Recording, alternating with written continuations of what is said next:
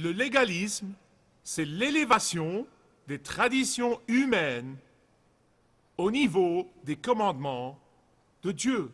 Certains leur accordent plus d'importance qu'à la parole de Dieu.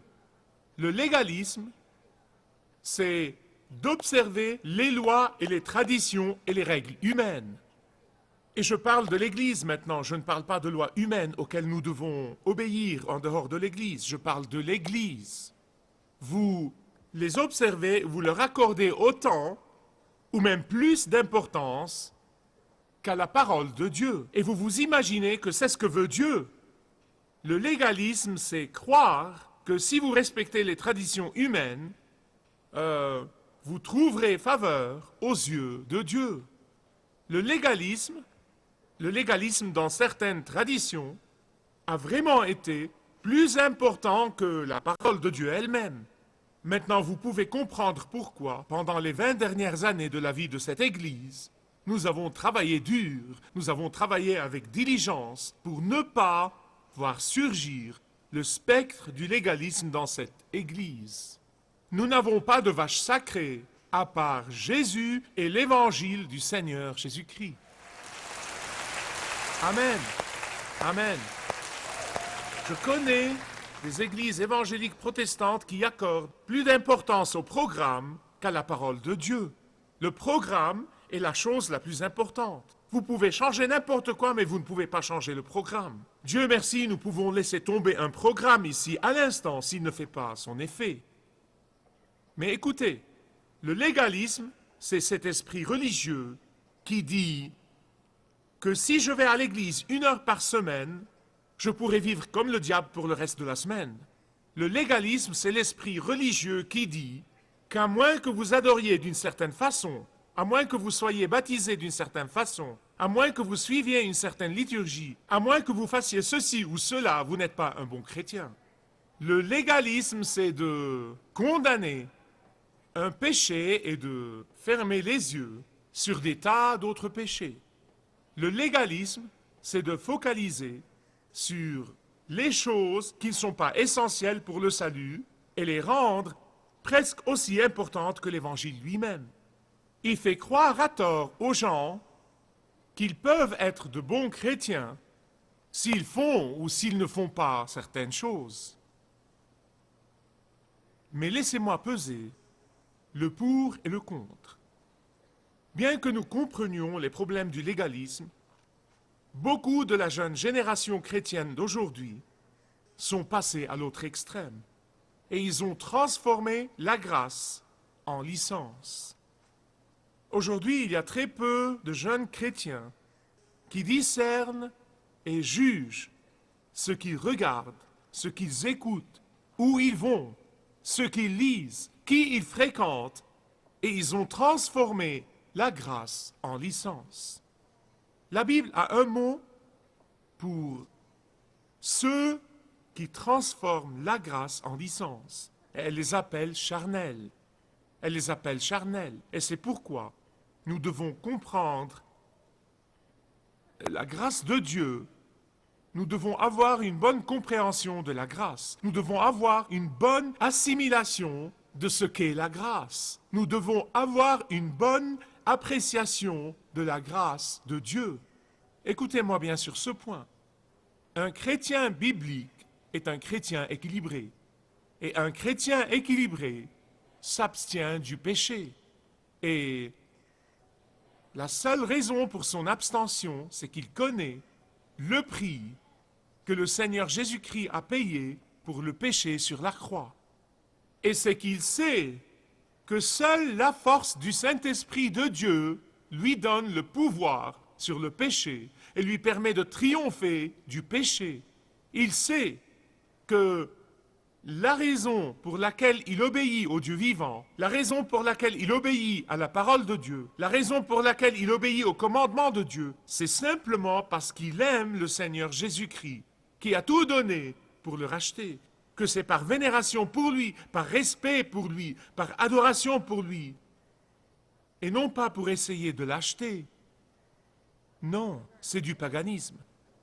Aujourd'hui, nous allons terminer cette série de messages. Le Dieu qui nous poursuit, que nous étudions depuis quelque temps, de Luc chapitre 15, par l'étude de l'attitude du Fils aîné. L'attitude du Fils aîné.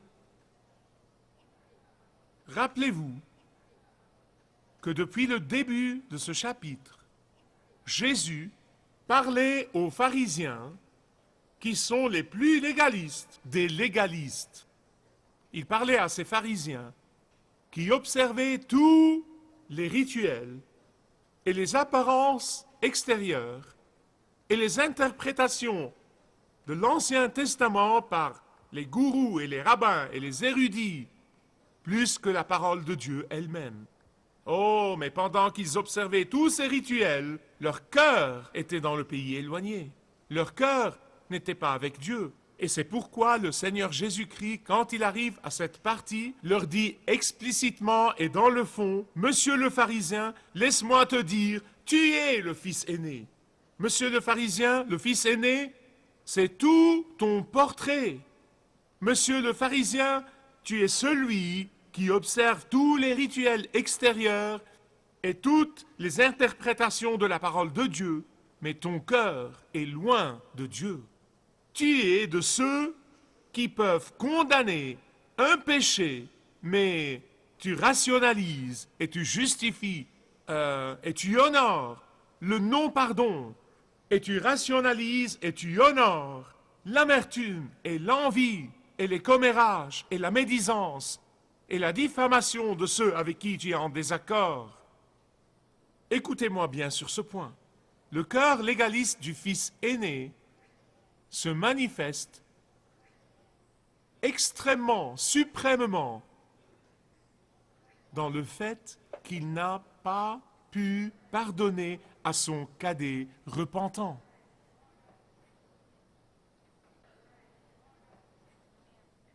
C'est extrêmement important, bien-aimés.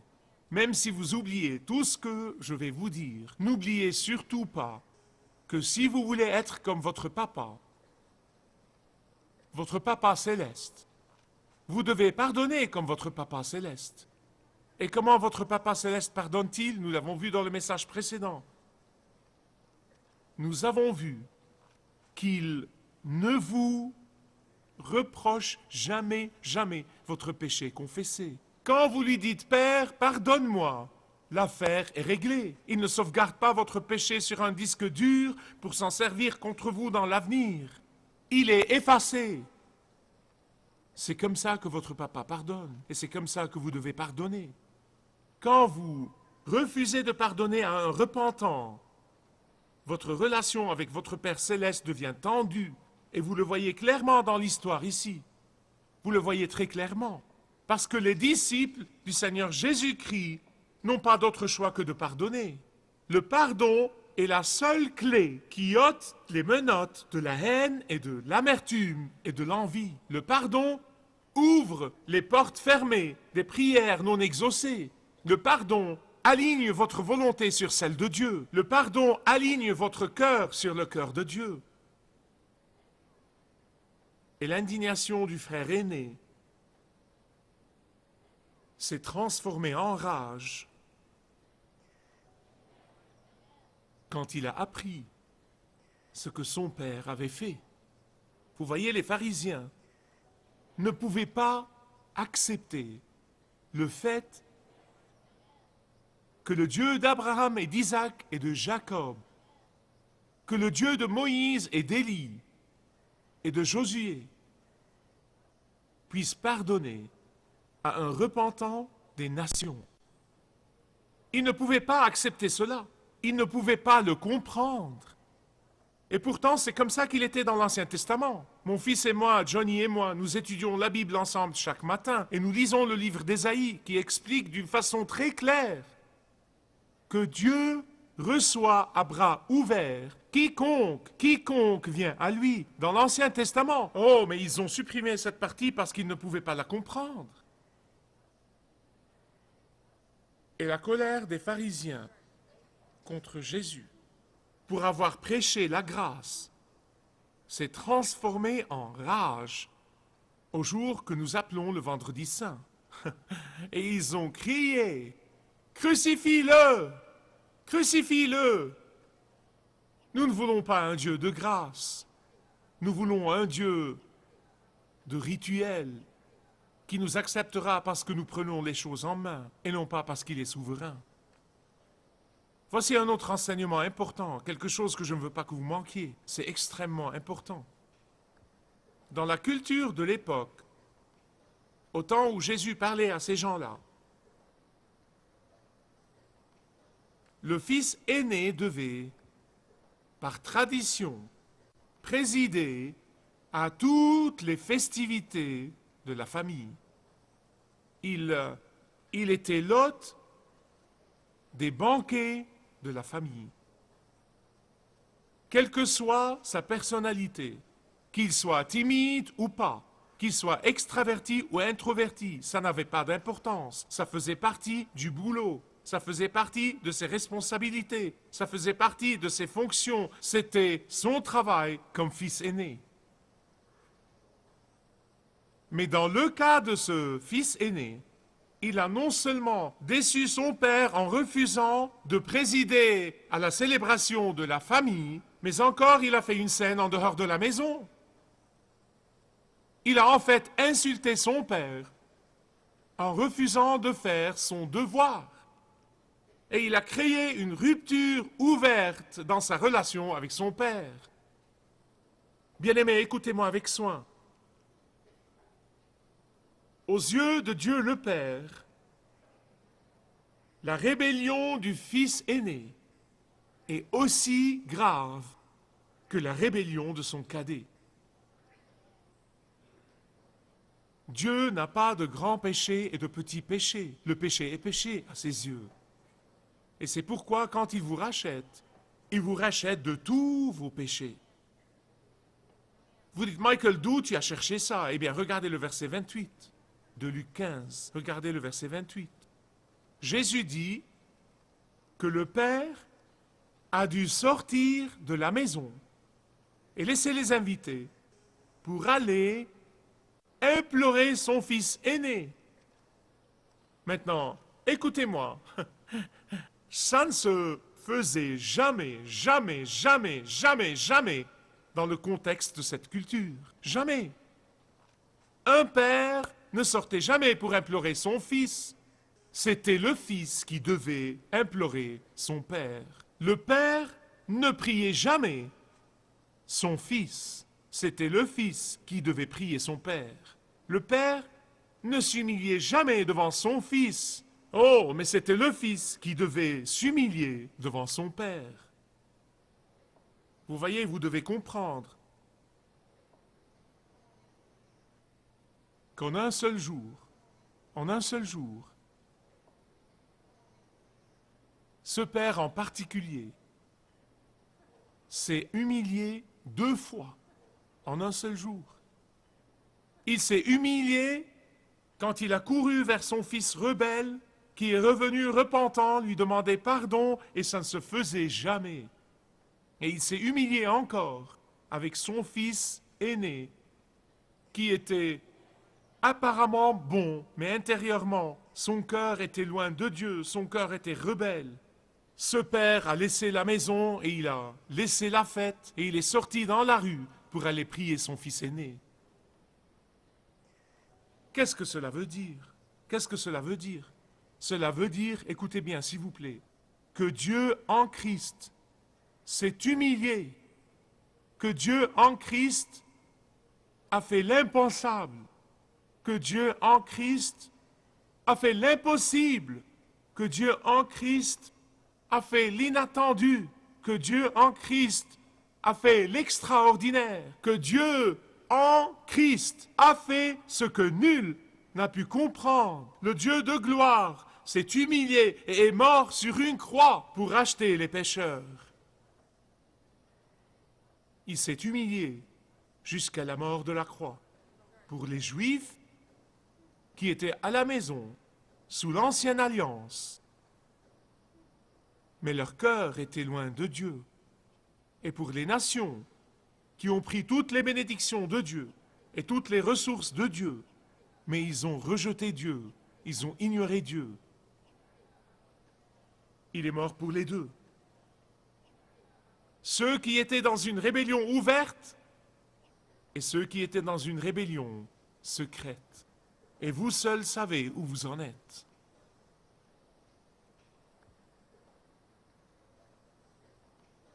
Le fils de la rébellion ouverte, le fils rebelle, représente les nations.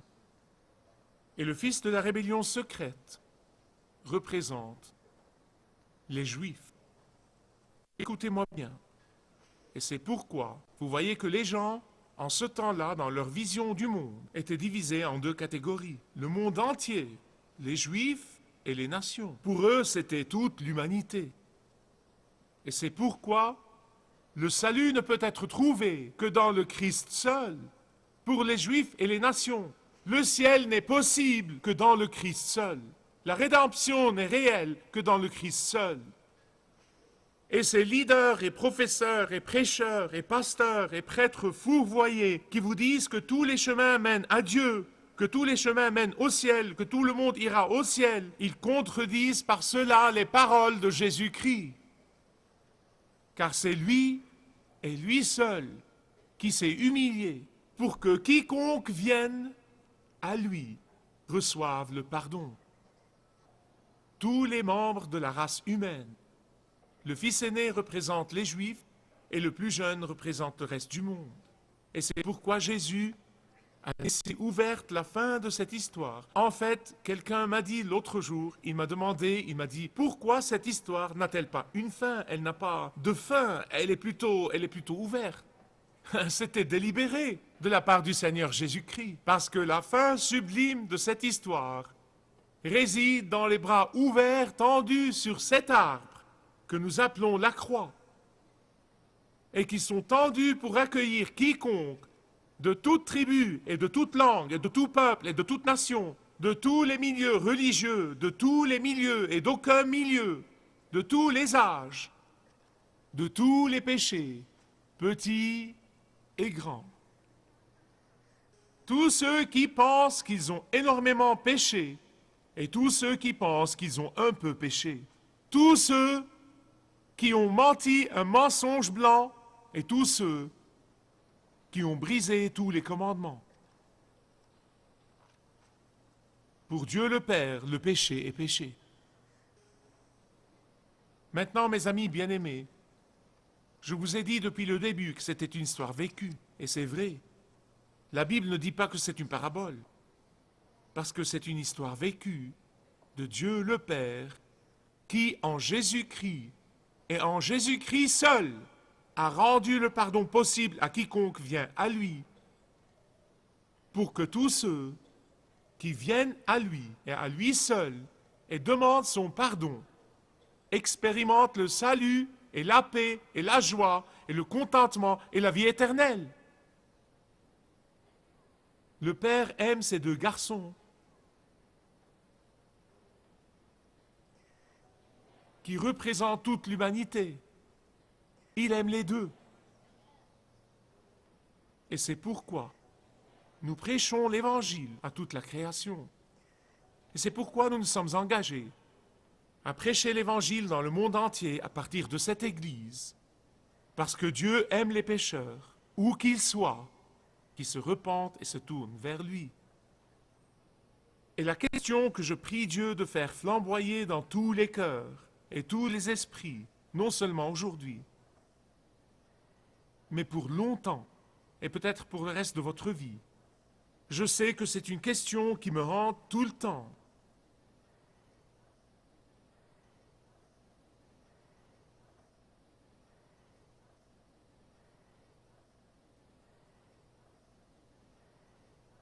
Suis-je comme le frère aîné? Suis-je comme le frère aîné qui a fait obstacle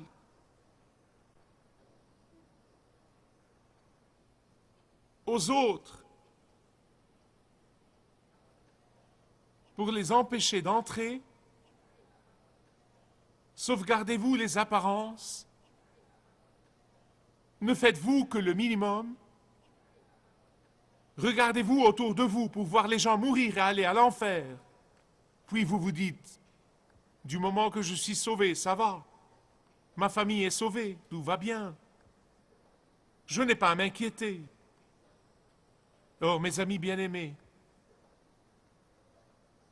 nous devons nous occuper des jeunes frères et sœurs qui ont encore à se repentir et à se tourner vers le Seigneur, juste comme nous l'avons vu dans cette histoire aujourd'hui. Il nous est très facile d'être comme le frère aîné. C'est la chose la plus facile au monde, la chose la plus naturelle au monde, de se réunir en famille et d'être sous le toit du Père et heureux en famille. C'est la chose la plus facile au monde. C'est extrêmement facile pour nous. C'est très facile de ne montrer aucune sollicitude pour ceux qui ont encore à écouter la parole et à venir recevoir le pardon et entrer dans l'alliance avec Dieu. Dieu les aime et nous devons non seulement les recevoir, mais encore leur pardonner. Si vous désirez connaître Dieu d'une manière personnelle, demandez le livret « Retrouvez la joie que vous avez toujours désirée » et vous pourrez découvrir l'amour de Dieu pour vous et apprendre comment expérimenter son pardon.